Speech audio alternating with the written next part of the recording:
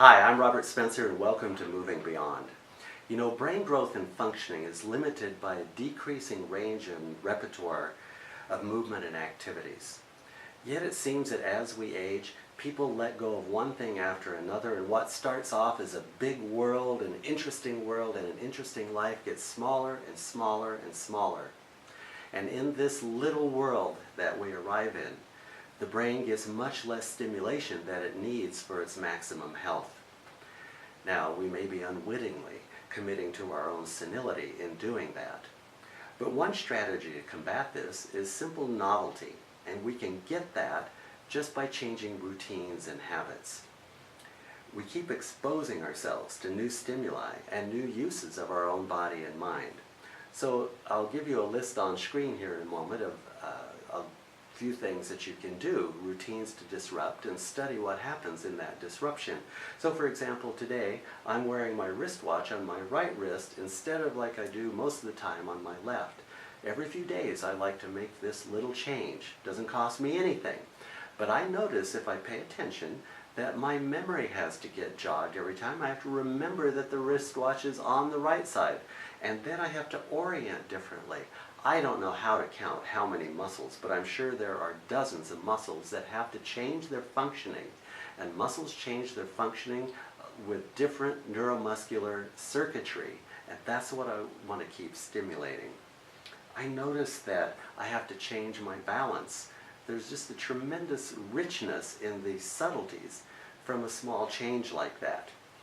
Now, in addition to that, you'll notice that most people have a habit of putting one leg in their pants first when they get dressed.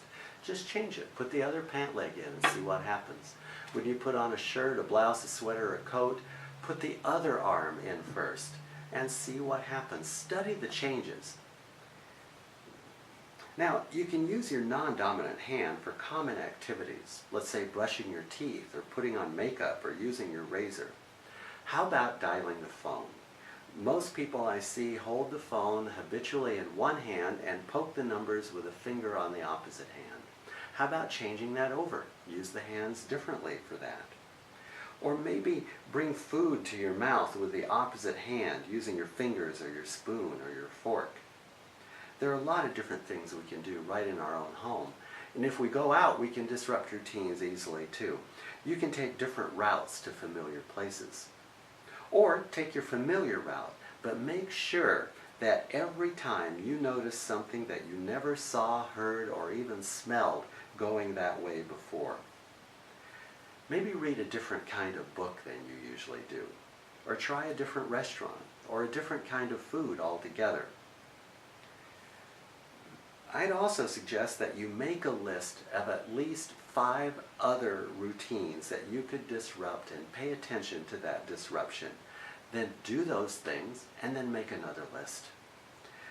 Now, changing things up like this makes you think and act in different ways, and this activates different parts of your brain that usually don't get stimulated.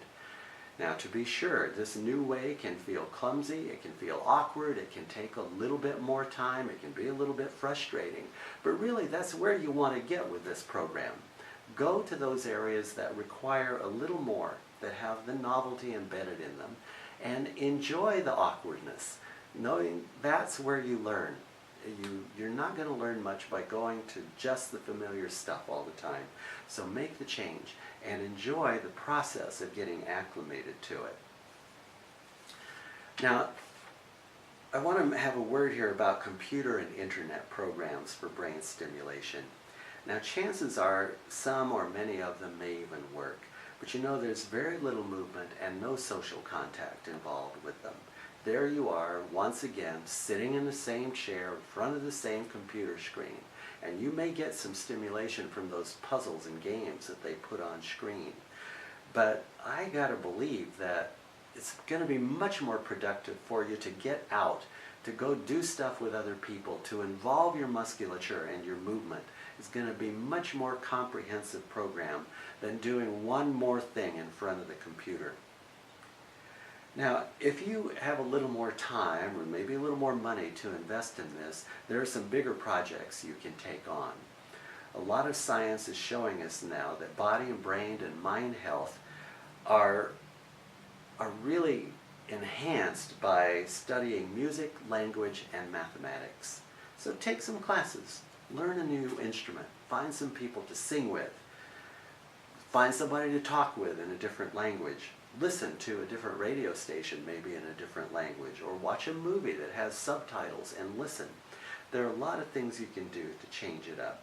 So learning, doing some new kinds of math, some new kinds of calculations can be really stimulating for many people. Now again, those big things take time, they take money, they take a lot of commitment.